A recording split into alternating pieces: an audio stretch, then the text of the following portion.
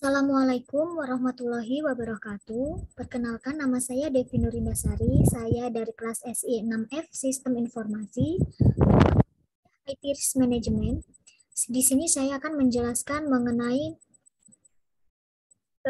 risiko dan kondisi ketidakpastian.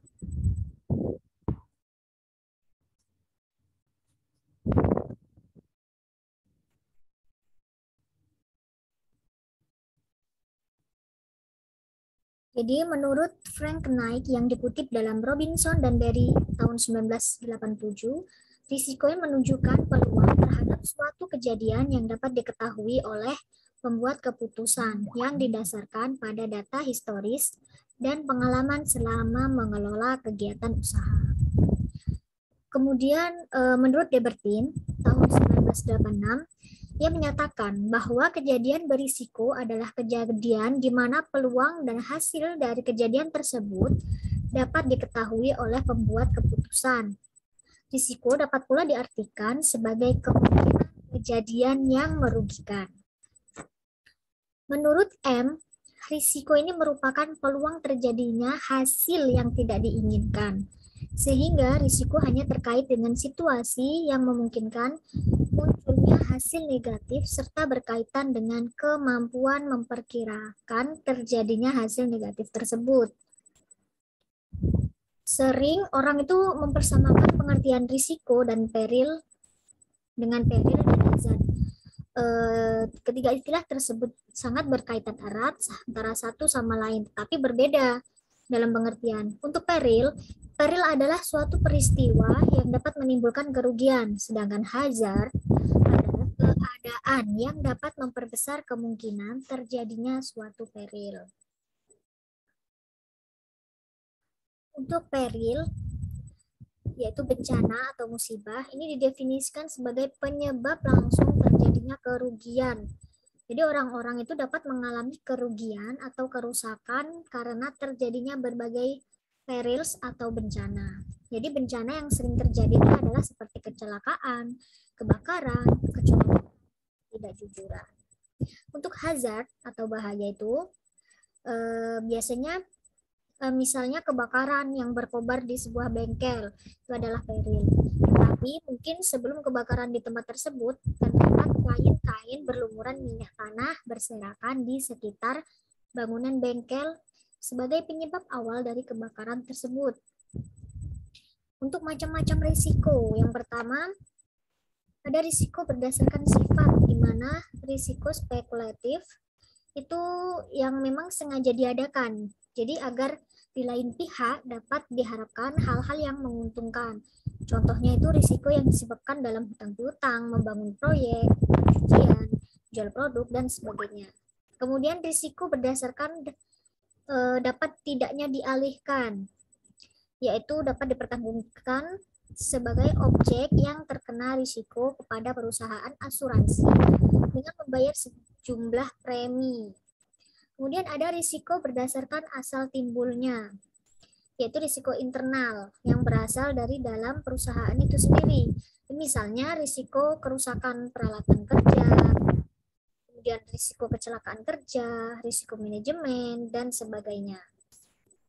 Untuk risiko eksternal, yaitu risiko yang berasal dari luar perusahaan. Misalnya risiko pencurian, penipuan, fluktuasi harga, perubahan politik, dan sebagainya. Lanjut slide selanjutnya mengenai ketidakpastian. Jadi istilah ketidakpastian dan risiko ini dianggap hampir sama. Padahal kedua istilah tersebut sangatlah berbeda. Untuk ketidakpastian ini mengacu pada pengertian risiko yang tidak diperkirakan. Sedangkan istilah risiko itu sendiri mengacu kepada risiko yang diperkirakan. Ketidakpastian ini sering diartikan dengan keadaan di mana ada beberapa kemungkinan kejadian dan setiap kejadian ini akan menyebabkan hasil yang berbeda, tapi tingkat kemungkinan kejadian itu sendiri tidak diketahui secara kuantitatif. Contoh ketidakpastian ini misalnya perakiraan cuaca itu mengatakan bahwa besok pagi mungkin turun hujan. Jadi dari kata mungkin kita bisa mengetahui bahwa ini merupakan contoh ketidakpastian, jadi belum pasti. Kemudian contoh yang kedua itu Anda mengatakan bahwa pemilu akan berjalan dalam bentuk salah satu dari 3 skenario berikut. Jadi dari kata akan, ini kita sudah tahu bahwa ada ketidakpastian. Jadi belum pasti. Selanjutnya, ini contoh tabel ketidakpastian usaha menjelang pemilu.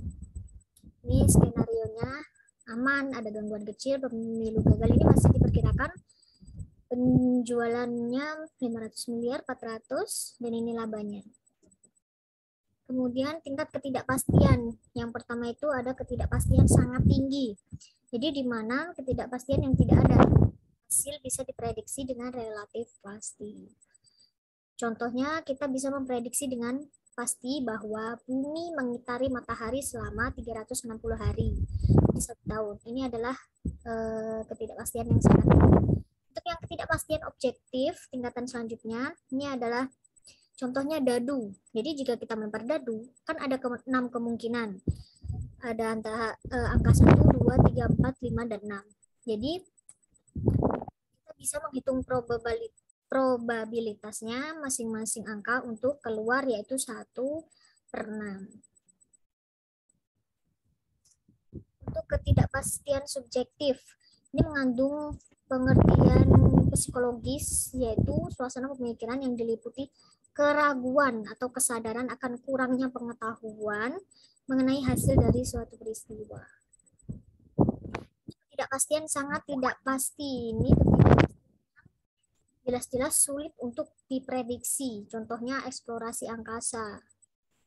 Kita tidak tahu apa hasil yang akan diperoleh dari eksplorasi angkasa. Akan bertemu dengan makhluk asing.